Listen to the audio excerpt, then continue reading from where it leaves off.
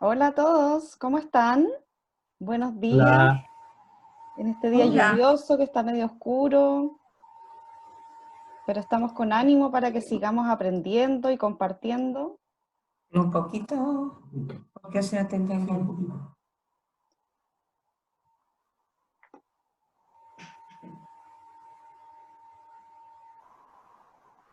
Ahí a Javiera le sale que se está conectando con el audio todavía, no sé si nos estás escuchando.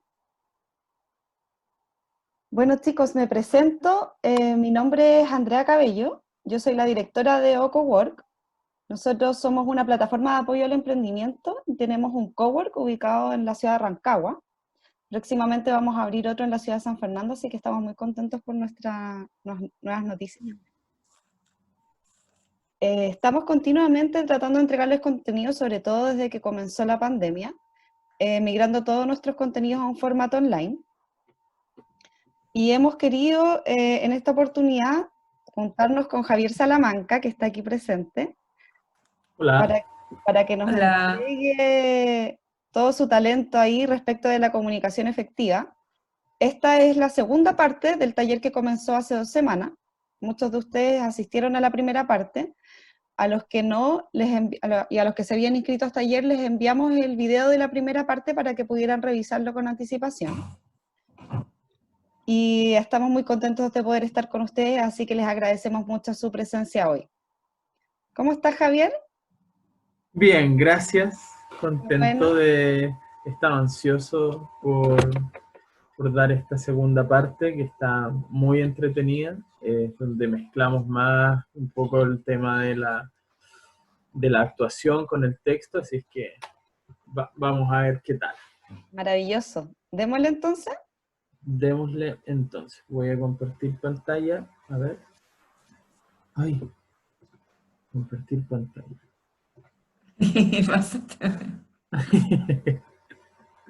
Ahí estoy, ¿cierto? Ahí estás. sí, Ya, genial. Bueno, para los que no estuvieron en la sesión pasada, me presento, soy Javier Salamanca, soy actor, mm, estudié en un magíster en análisis del discurso eh, en la Universidad de Buenos Aires, y hoy día vamos a retomar lo que llamamos comunicación efectiva. Vamos a hacer un breve repaso de lo que vimos la sesión pasada eh, y vamos a enfocarnos un poco esta vez en lo que es más la acción del texto, la disposición del texto y cómo nosotros podemos hacer una mejor performance de los contenidos que tenemos para transmitir.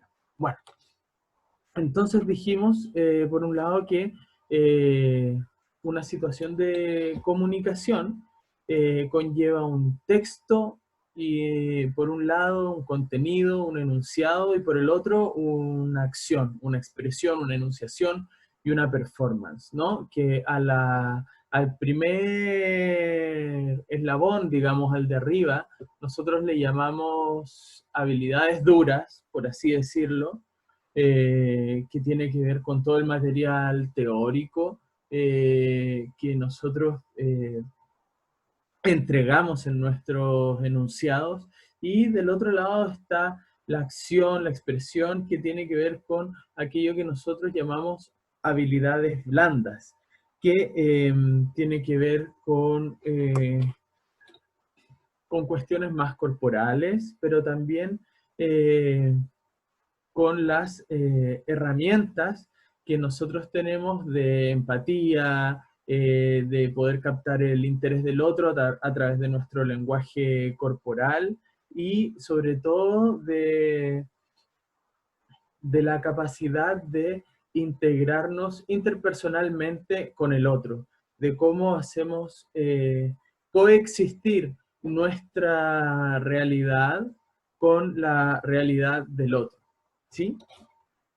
Hablamos eh, de, de la historia del lenguaje un poco como para entender que nosotros, que nuestro lenguaje nos constituye, digamos, y repasamos las principales características en el sentido de que el lenguaje ha sido una herramienta para transmitir la información, pero una herramienta muy flexible, muy elástica, que requiere una coordinación mano-ojo, que fue de lo abstracto a lo figurativo, a través de la evolución del pensamiento y de esta coordinación mano-ojo, digamos. Esta función social fue adquiriendo un sentido,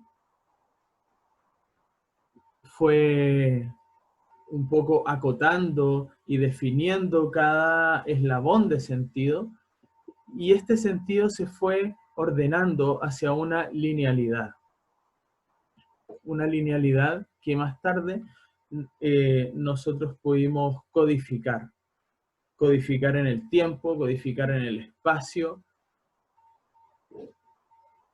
cuestión que nos llevó más tarde a lo que tenemos hoy día, a que es una multimodalidad de soportes y de modos de expresión de nuestro texto, de nuestra información. ¿Sí? Hablamos de que el lenguaje es una función mediadora entre la lengua y la razón. Y que, ay, se me perdió aquí, justo aquí adentro de, a ver, o vendrá aquí, no. Sí, ahí viene. Está el convencimiento, ¿cierto? Que hay una primera persona, una segunda persona y una tercera persona. Y en la consideración de esas tres personas, para nosotros la función del lenguaje, en este sentido más enfocado en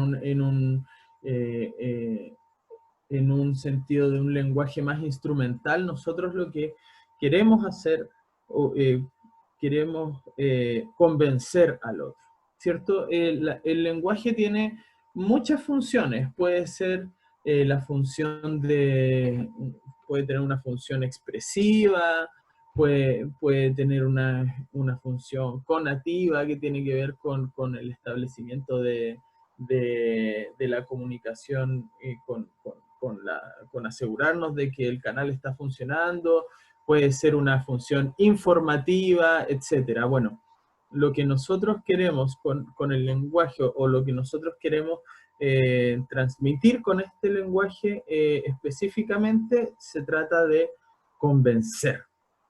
¿Y cómo vamos a convencer? A través de una técnica, a través de una disciplina que nosotros llamamos retórica, pero aquí la resumimos en esto que se llama red. Le puse red porque es un conjunto de disposiciones, de herramientas textuales, ¿sí? Y esta textualidad se presenta como un tejido. Fíjense que texto y tejido tienen una misma raíz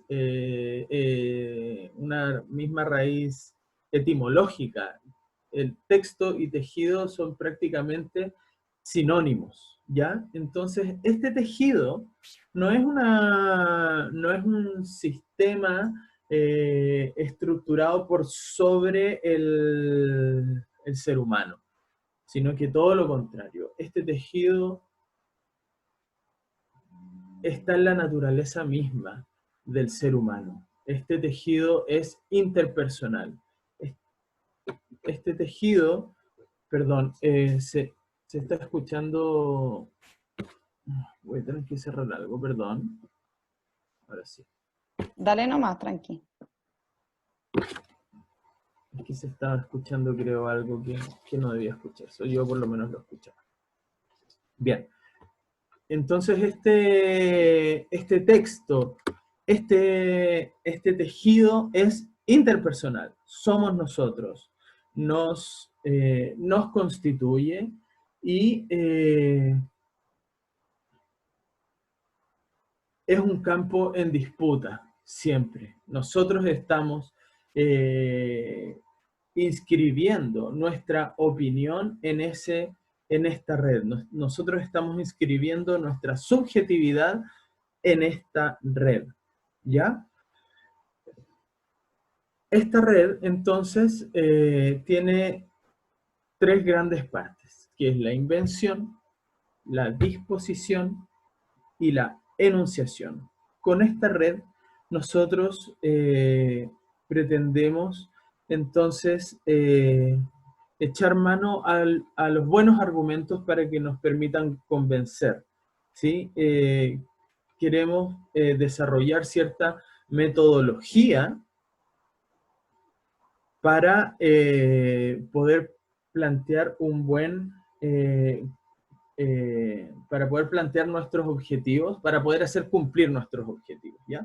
Entonces, nosotros, para poder comprender mejor esta charla, o para poder instrumentalizarla mejor, yo les pedí a todos ustedes que por favor pensaran en una situación comunicativa concreta, en una entrevista de trabajo, en un pitching, en sus propias problemáticas. Esta charla está más que nada dirigida como hacia una cuestión más profesional, ¿no? En el sentido en que nosotros queremos que la persona que nos va a contratar o que nos va a comprar o que va a financiar nuestro proyecto adhiera a nuestra posición. Entonces, está más vinculado hacia ese objetivo. Entonces yo les pido que ustedes piensen un poco en en una situación que a ustedes los motiva, los mueve, para que después podamos resolver ciertas cuestiones más prácticas con sus propios casos, a ver si es que podemos echarle mano a esta red retórica. Bien. Dijimos entonces que la red constaba de la invención, la disposición y la enunciación. La invención tiene que ver con encontrar qué decir. ¿Qué tenemos nosotros en el vasto campo de los sentidos, en el vasto campo de lingüístico, temático? ¿Cómo nosotros encontramos los argumentos necesarios para poder convencer al otro? ¿Sí? No tiene que ver con una cuestión de inventar qué decir. Es más que nada encontrar lo que tenemos que decir, ¿sí? Y para esto nosotros definimos un lugar que es nuestra posición, primero que todo, como ser humano, como ser humano en esa situación dada, en esa circunstancia específica de comunicación. Y esta circunstancia específica, digamos, tiene un lugar. Yo, para convencer al otro, tengo que establecer mi posición de venta, mi posición de trabajador, mi posición en mi caso, de relator, digamos, pero tengo que establecer una posición. Esa posición ya un poco viene dada, ¿no? Por los géneros discursivos de los que vamos a hablar un poquito más tarde, pero tiene que ver con designarnos un lugar y saber que ese lugar, esa posición, nos ubica en un campo de acción en el que vamos a tener que defender nuestros argumentos, ¿sí? Bueno, para defender estos argumentos nosotros tenemos primero que encontrarlos. Entonces, ¿Cómo traemos esos argumentos hacia nuestra posición? Bueno, hay ciertas técnicas que les quiero compartir, que tienen que ver con encontrar un campo semántico, que significa establecer cuál es el ámbito de lo que yo estoy hablando, de lo que voy a hablar. Digamos, si es un emprendimiento de tejidos, por así decirlo, bueno, ¿qué hay alrededor de ese emprendimiento de tejidos? Están, bueno, no sé, por decir, las materias primas, que son las ovejas, está el comercio sustentable, están las pymes, etcétera. Pero, digamos, vamos a ir eh, estableciendo este campo semántico de lo general hacia lo particular, ¿ya? Y para poder establecer ese lugar, vamos a hacer relaciones de causa y efecto, antecedentes y consecuencias, establecer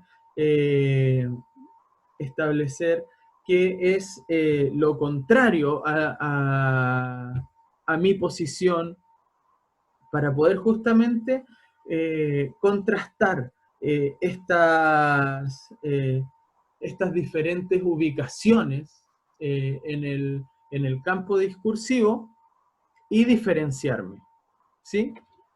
Decimos que todo existe, todos los significados están a disposición de nosotros, solamente hace falta encontrarlos.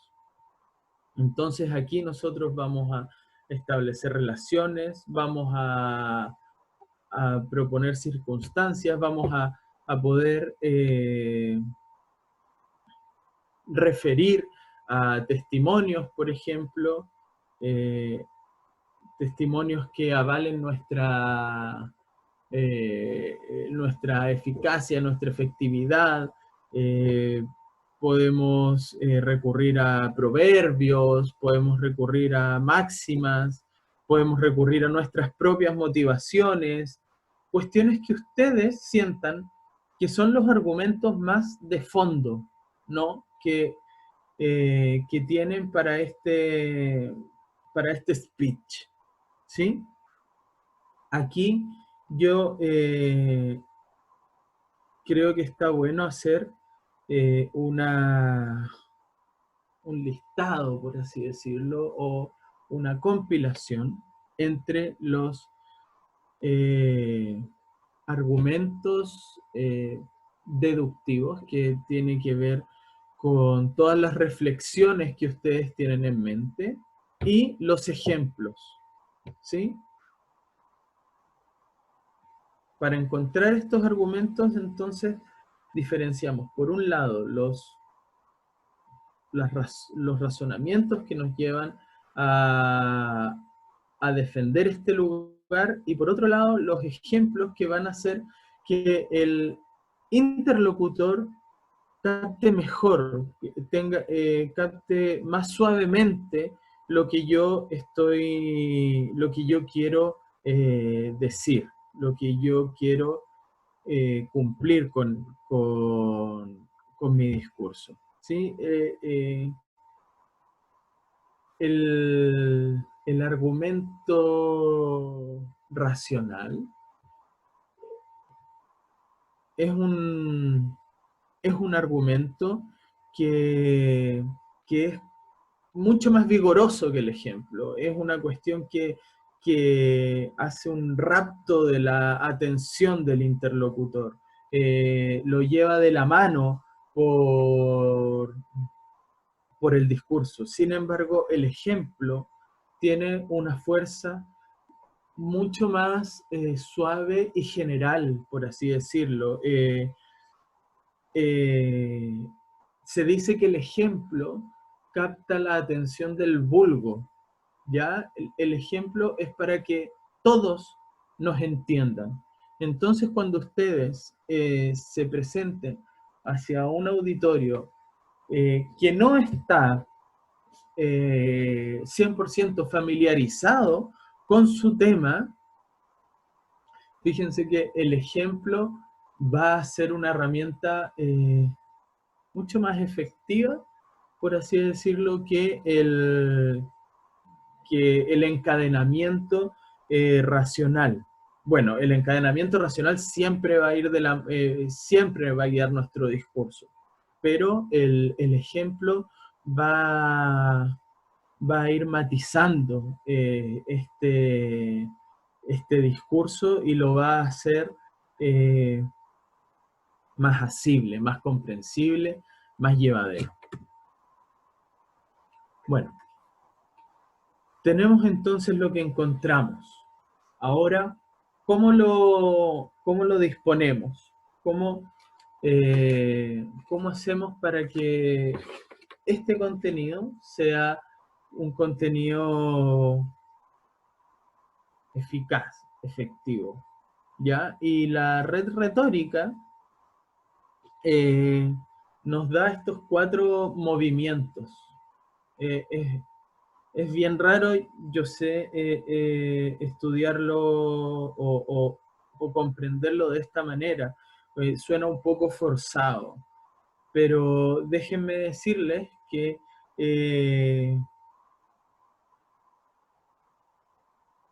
esto es un método estudiado por los siglos de los siglos, ¿cachai?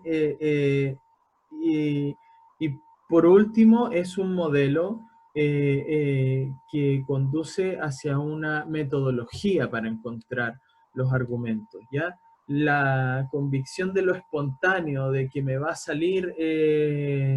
salir las palabras cuando cuando llegue el momento, digamos, la improvisación, pucha, es un arma de doble filo, en realidad, y es un poco muy arriesgado, ¿ya? Lo que ahora estamos desarrollando es justamente lo contrario a esa improvisación. Tiene que ver con el ensayo de lo que yo estoy haciendo, ¿ya?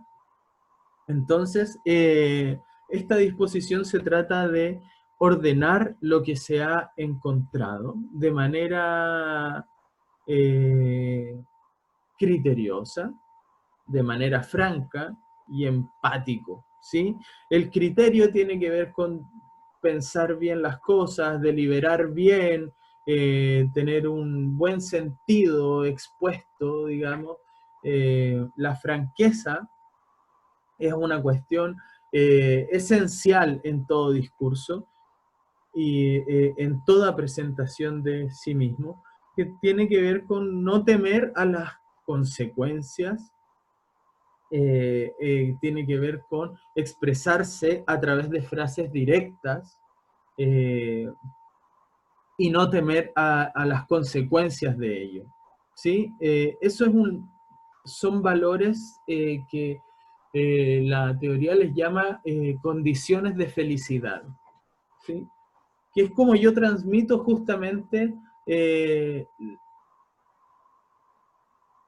mi felicidad, digamos, la franqueza, expresar el discurso mediante frases directas, simples, sencillas, eh, da ese efecto de sentido, da esa idea del otro de confianza, ¿sí? Una cuestión que es justo lo que nosotros en los discursos queremos realizar. Nosotros queremos despertar la confianza, que el otro confíe en nosotros, ¿sí? Y eso se hace a través de la franqueza y también de la empatía, que es, la empatía no es nada más que ser franco, pero sin provocar de más, sin provocar al otro, sin incomodarlo, ser simpático, entrar en una complicidad complaciente con el auditorio, ¿sí? Esta cuestión es súper importante en el sentido de que la empatía se desarrolla en cuanto yo conozco a mi auditorio, en cuanto yo sé cómo entrar en complicidad con él. Y vamos a ver que en realidad los géneros discursivos nos amoldan un poco toda esta... nos amoldan nuestra performance, nos amoldan cómo llegar a ser más empáticos con el otro, porque la empatía tiene mucho que ver con que uno no se desubique, por así decirlo, ¿sí? En el discurso. Nadie va a ser empático con un tipo desubicado, todo lo contrario. Pero tampoco uno genera empatía con un discurso muy rígido que se adecua al pie de la letra a los cánones de ese género discursivo. Por eso es que la franqueza es una cuestión, es un punto crucial, ¿sí? Es un punto clave en cualquier discurso. Bueno, la captación. La captación tiene que ver con el primer movimiento, con lo primero que yo voy a decir, ¿sí? Y tiene que ver con la seducción del auditorio, con despertar su curiosidad y obligarlo a estar atento, ¿sí? Hay muchas maneras de despertar el auditorio, ¿no? Puede ser con una pregunta genérica, por ejemplo, no sé, en una charla, decir cuántas personas de aquí, partiendo la charla, decir cuántas personas de aquí son emprendedores.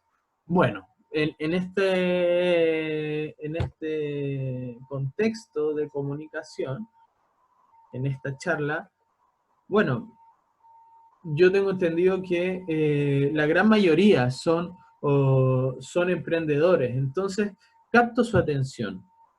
Sin embargo, hay otras claves para captar la atención del auditorio, que es un movimiento mucho más genérico,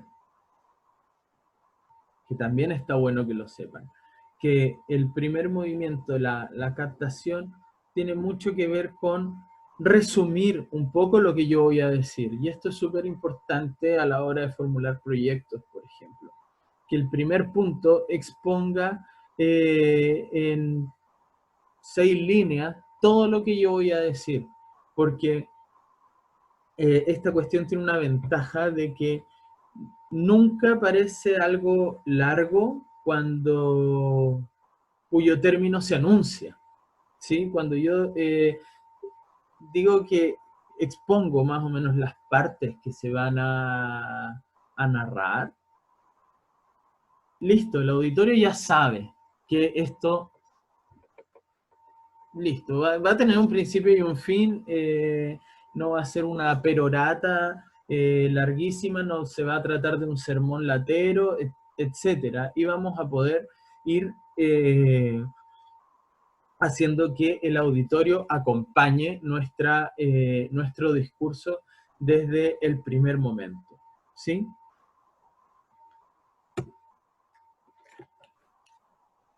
Ahí está. El segundo movimiento es la narración y tiene que ver con la exposición de los hechos y las ideas de nuestro proyecto, de nuestro perfil laboral. Aquí está bueno construir una imagen, un panorama panorama llano de lo que hay. En teoría, se llama mucho, se invita mucho a los investigadores a hacer lo que se llama el estado del arte, ¿sí? Que es construir una imagen de lo que hay. Claro, nadie puede dar un estado del arte absoluto, porque ese estado del arte es la misma red, ¿no? Sin embargo, nosotros creamos un efecto de sentido al construir esta imagen, ¿sí? Nosotros en el fondo pensemos que estamos pintando un cuadro, por así decirlo, ¿sí? Al construir esta imagen. Entonces la narración tiene que ver con la exposición de las ideas a defender. Y esta narración tiene que ser una exposición sin digregaciones, ¿ya?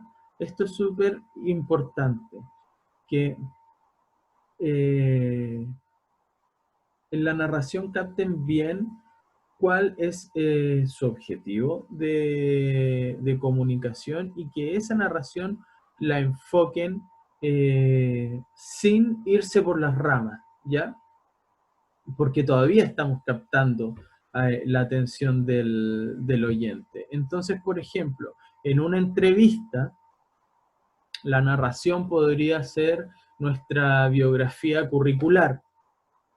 En un pitching puede ser la exposición de la problemática y cómo ustedes llegaron hasta ahí, cómo llegaron a plantear una solución para esta problemática. En el caso de la elaboración de un proyecto, ustedes, en la narración puede corresponder a la definición del área a trabajar, etcétera, ¿sí? Lo bueno es que acá entendamos que la narración es construir una imagen, construir el campo por donde yo voy a atravesar con mis argumentos, ¿sí? La confirmación, entonces, tiene que ver con esta exposición de los argumentos, ¿sí? Que aquí nosotros podemos decir que es una definición concentrada de lo que nosotros vamos a defender. Aquí sí nosotros entramos a exponer nuestros razonamientos particulares. Aquí nosotros vamos a ir de los lugares comunes a las conclusiones propias. Si están anotando, por favor anoten eso, que se va de los lugares comunes a las conclusiones propias, de lo general a lo más particular. Aquí nosotros aplicamos las comparaciones, aplicamos los ejemplos, aplicamos... probamos un poco qué es lo que hace a nuestra propuesta más contundente. Entonces, estos argumentos que hacen a nuestro discurso más contundente, los podemos sacar de nuestros estudios, podemos sacar de que nuestro producto es novedoso, los argumentos pueden venir de que nuestro producto es sustentable, etcétera, ¿sí? Es importante aquí determinar, por eso les digo, cuál es nuestro lugar, cuál es nuestra posición discursiva que vamos a defender. Pero no es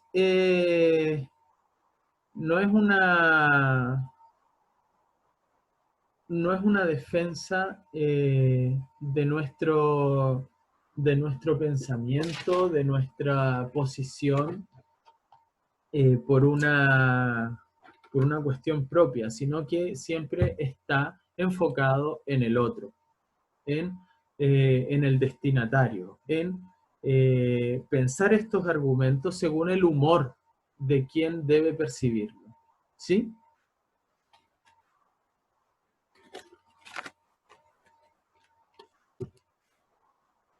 Y por último está el epílogo, que esta es la mejor parte.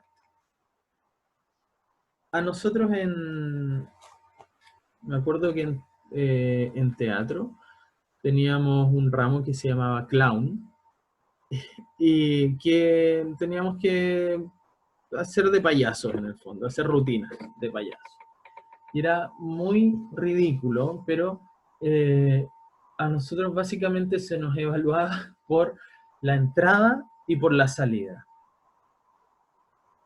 Lo del medio podía ser un fiasco, pero si la entrada y la salida estaban bien, realmente la rutina funcionaba. Era impresionante, pero es así. Entonces aquí en el epílogo, que es el último movimiento, aquí ustedes tienen que despertar las pasiones del otro, ¿sí? No dejarse llevar por sus pasiones, sino que pensar en qué es lo que me une al otro para despertar sus pasiones, ¿ya? Aquí están las razones más fuertes, los argumentos más contundentes se llevan aquí en el epílogo, ¿sí? O seguido de ello. ¿Se acuerdan que yo les dije que en la captación lo más utilizado, genérico y efectivo es que se haga una síntesis de lo que vamos a decir? Bueno, en el epílogo también, pero es mucho más sintético, mucho más efectivo y puede ir de lo más general, de lo más existencial o de lo más personal, ¿sí? Es una cuestión que tiene que remover al otro. Puede usarse la actualidad, la situación misma comunicativa, el estado del arte. Ustedes aquí pueden echar mano a lo que a ustedes les remueva la fibra, pero pensando en que eso puede removerle la fibra a su interlocutor, ¿sí? Hay una cuestión que se me pasó en esta parte de la confirmación, que es esto, que hay que empezar por las razones fuertes, continuar con las débiles y concluir con las pruebas, con las pruebas más fuertes, ¿sí? Y esto es realmente lindo porque da un efecto de sentido, ¿sí? Es lo que también a algunos textos académicos se les dice que está bueno contraargumentar, incluir en su texto contraargumentos. Decir, ¿qué es lo que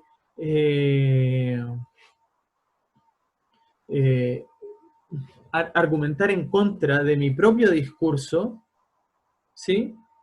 Para después yo rebatir esa misma idea, ¿sí? Y al rebatir esa misma idea, ese contradiscurso, estoy venciendo a mis adversarios en ese mismo discurso, ¿sí?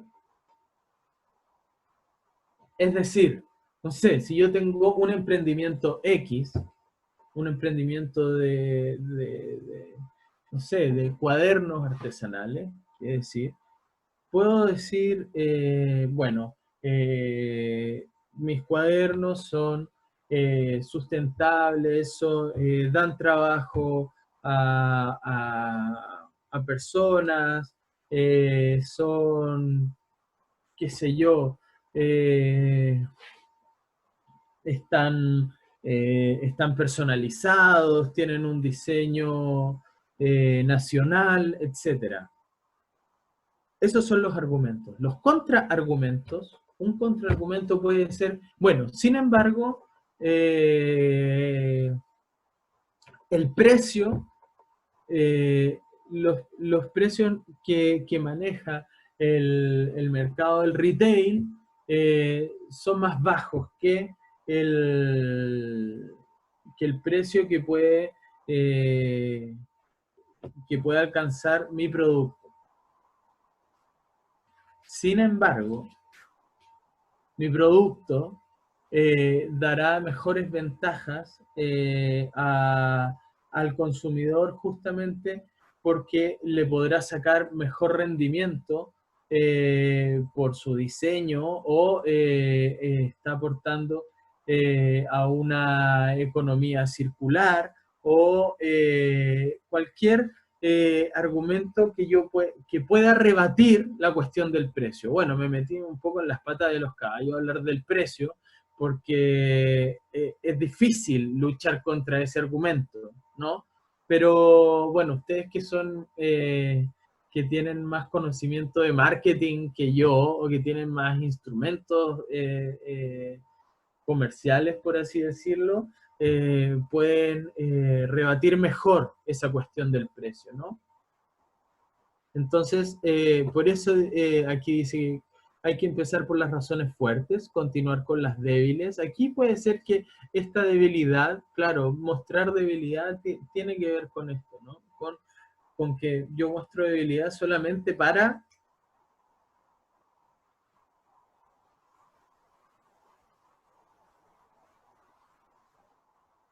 derrotar a ese adversario, ¿no? Muestro la debilidad diciendo que, bueno, yo sé que hay adversarios, que hay otras propuestas, digamos, que pueden ser aquí, pueden ser allá, pero las mías, y aquí es donde ustedes tienen que marcar su diferencia, ¿sí? Es casi al final de su discurso, chiquillos, ¿ya? Ok. Cuando ya se tienen los argumentos y se repartieron durante el discurso, nosotros entramos a lo que es la enunciación, que es esta mezcla del texto y la acción, que es una cuestión mucho más performativa, donde nosotros echamos a andar nuestra personalidad, la mostramos al otro. Nosotros aquí en la enunciación echamos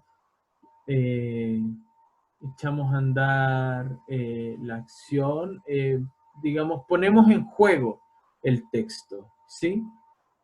Y aquí se nos muestra a nosotros como un individuo, ¿sí? Que está frente a un auditorio, frente a un interlocutor, pero que está sujeto, esta dualidad de individuo-sujeto, el sujeto está atado a esta red del lenguaje, ¿no? Aquí, el sujeto se inscribe en el lenguaje, es el sujeto de la enunciación, ¿sí?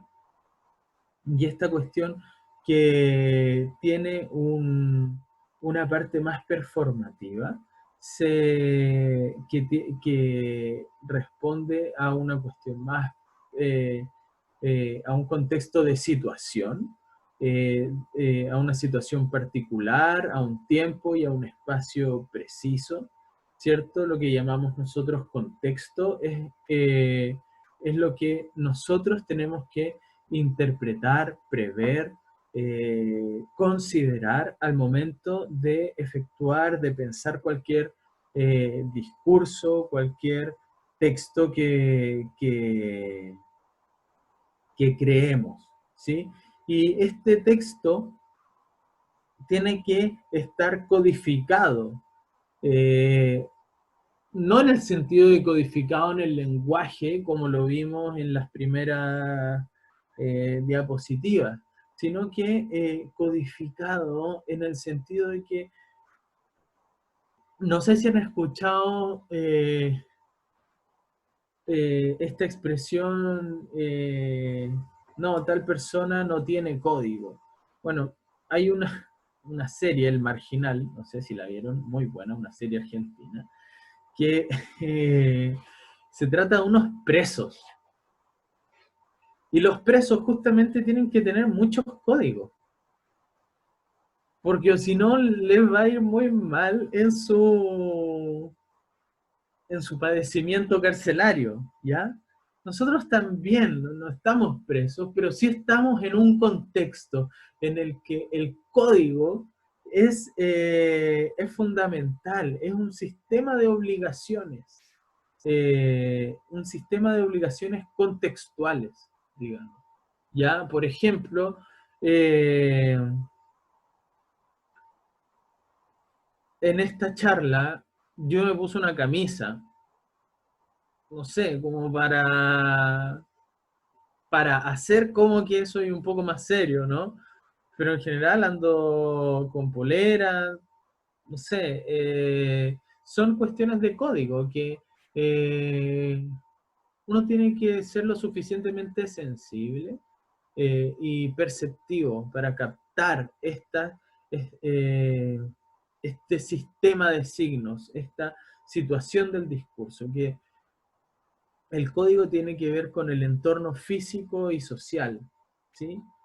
Con la imagen que los otros van a tener de mí y con la identidad de ellos mismos, con la imagen que yo tengo de ellos, ¿sí? A esto los actores le llamamos circunstancias dadas, ¿sí?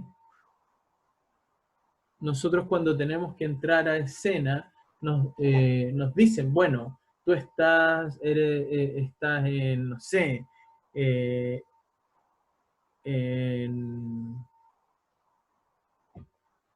el Chile de los 60, es teatro costumbrista, etc. Entonces nosotros tenemos que adecuar nuestro personaje a esa situación, a esa circunstancia dada. Ahora, ustedes, en cada enunciación, esa es la cuestión que deberán hacer, adecuarse a las circunstancias dadas, ¿sí? Adecuarse no en un sentido estricto de que inmovilice su discurso, sino que adecuarse a las circunstancias dadas en el sentido de que ustedes van a defender un lugar en esa circunstancia, ¿sí? Con sus propias particularidades, con sus propias motivaciones, con sus propias historias, ¿ya? Y aquí vamos de nuevo a la cuestión de la biografía, de cómo nosotros expresamos el contenido que queremos decir de acuerdo a nuestras biografías. Nosotros con este contenido que hemos repasado, vamos a poder echarle mano tal vez a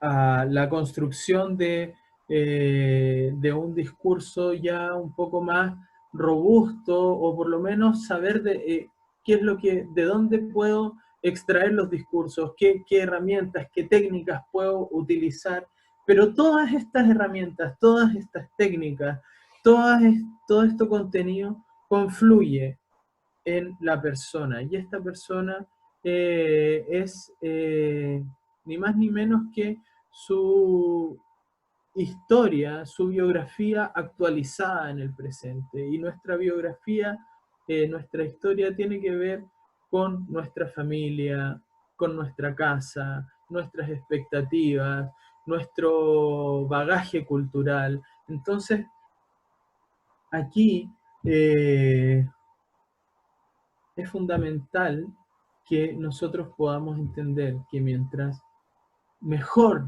abracemos estas circunstancias que nos rodean, mientras aceptemos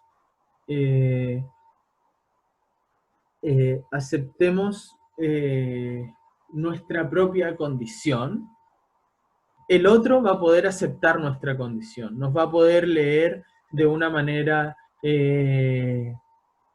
más relajada, va a poder entrar en confianza con nosotros, va a poder, va a poder dejarse seducir por,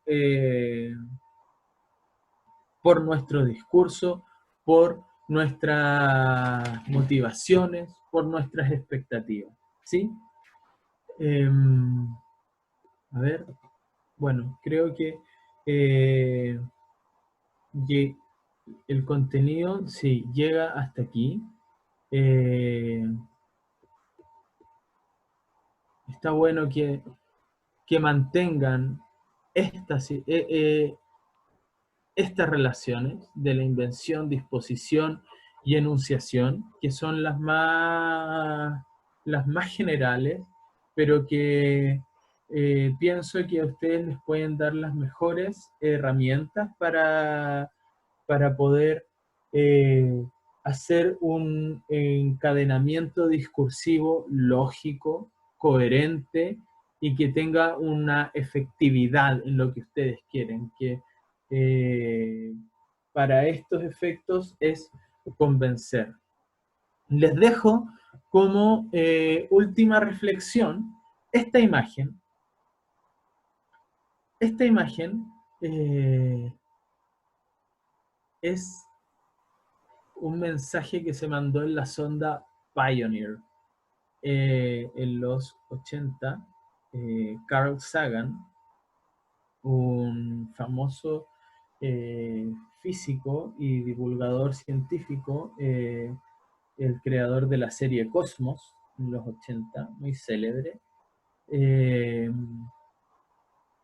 él mandó, bueno, él y la NASA en realidad mandó una sonda al espacio con este mensaje, que se llama el mensaje de la placa Pioneer, y que justamente manda un mensaje al universo, a los extraterrestres, digamos, ¿sí? Y tiene aquí ciertas cuestiones matemáticas. Esto tiene que ver con los planetas. Aquí hay ciertas relaciones proporcionales entre el hombre y la mujer. Este es el Sol y aquí hay ciertas, no sé, relaciones matemáticas. Yo se los pongo, y aquí esta creo que es la misma sonda. Esta es la sonda Pioneer, ¿no? Yo esto se los pongo porque fíjense que hasta este mensaje tuvo que encontrar un código, tuvo que encontrar un contenido, tuvo que encontrar un modo de expresión. Esto es el dibujo, pero la sonda Pioneer está, o sea, la placa Pioneer es de oro y está grabada y no sé, fue lanzada al infinito y más allá. Es para que lo encuentren los extraterrestres. ¿Sí? Y bueno, personalmente es lo que a mí me está moviendo artísticamente, que tiene que ver con qué pasaría si, qué pasaría si realmente encontramos inteligencia alienígena. ¿Qué pasa? ¿Cómo nos comunicamos con ellos? Yo les planteo esta cuestión para que volvamos al principio, a la cuestión de que el lenguaje es una materia elástica, flexible y siempre, siempre enfocada en el otro. Siempre buscando la respuesta, la comprensión del otro. Bueno, les dejo por último mi mail, si es que ustedes tienen Oye, Javier, alguna... te interrumpo un Sí, poquito. Es sí, que por parece que favor. las últimas dos láminas que quisiste mostrarnos las estamos viendo, porque nos quedamos pegados en la que dice enunciación. ¡No! ¡Esta! Y ahora ven mi... A ver. ¿Esa? Esa ¿Se no ve? la... Ah, Ahora ahí la vemos. estaba, ¡Ay, sí. qué Ahora sí. fome! No, pero ya está todo todo mi solucionado. discurso. Ya, ahí se ve, ¿no? ¿Se Sí, ve ahora? ahora nos hizo sentido. Ya, esta es la placa Pioneer, ¿sí? Que es un mensaje que mandó Carl Sagan al mundo. Bueno, era una carrera espacial, o sea, no una carrera espacial. Dentro de la carrera espacial, digamos, había una obsesión también, sobre todo de este personaje, Carl Sagan, muy interesante, en encontrar vida extraterrestre. Y bueno, para que vean, nosotros siempre estamos codificando los mensajes y, y intentando eh, hacernos entender por el otro, ¿sí? Esto es un gesto muy humano y tiene que ver con eso, con la capacidad eh, o con la dimensión elástica del lenguaje, ¿sí? Les decía que esto presenta una relación matemática, no sé bien qué es, estos son los planetas. Miren, aquí, ¿viste? Este es el Sol, son los planetas, aquí dice que es esta es la sonda, ¿ven? Y este es el tercer planeta que se manda, ¿ya? Bueno, ven que tiene una relación ahí, que siempre hay un, una intención comunicativa en pos de el otro. Bueno, ¿se ve mi mail ahora? ¿Sí? Ya. Sí, ahora sí. Les quería dejar mi mail por si es que alguno de ustedes tiene alguna duda, eh, mm, quiere, no sé, quiere plantear alguna problemática más específica con su proyecto, con su situación comunicativa, yo feliz de poder colaborar con ustedes, con Cowork, no, con Oh, Cowork, cowork. Cowork, eh, y bueno, eso. Muchas gracias por escucharme. Si hay alguna pregunta ahora, Sí, encantado. muchas gracias, Javier. Nosotros también encantadas de tenerte. No sé si alguien tiene algún comentario o alguna consulta que quiera hacerle directamente a Javier. Puede reactivar su micrófono o puede hacerlo por el chat. Nosotros encantados de abrir el espacio.